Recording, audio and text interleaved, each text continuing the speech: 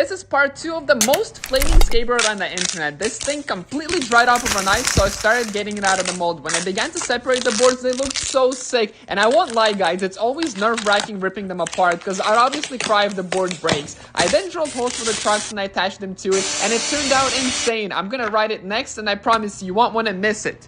Here's what happened to the hottest skateboard on the internet, but it wasn't all that bad because when I got to the skateboard was solid for say about 5 minutes, but because the heat was so bad, it hit a number on my Cheetos board and it only took me 156 tries to land this trick, and at this point it was a legit gummy worm skateboard and it honestly surprised me that I was able to do that without it breaking. I can't believe this thing turned out so funky. Here's how I made the most unstable skateboard ever with giant 2-inch holes. I first grabbed my skateboard and I marked where I had to drill all the holes. When I started drilling them through, I found out it was actually pretty difficult to get through a skateboard. But after that was done, I put my tracks on it and it looked insane. You won't believe what happens later in the show, so stay tuned. Yesterday I made the most unstable skateboard and I couldn't believe that this happened to it. I think this was the coolest looking skateboard I ever made, so when it snapped I got pretty bummed. But once I got to the park I tried doing some of my easier tricks on it and it really surprised me how easy it was to skate it. But here I messed up real bad and I snapped the tail by landing on a poorly and it really broke guys.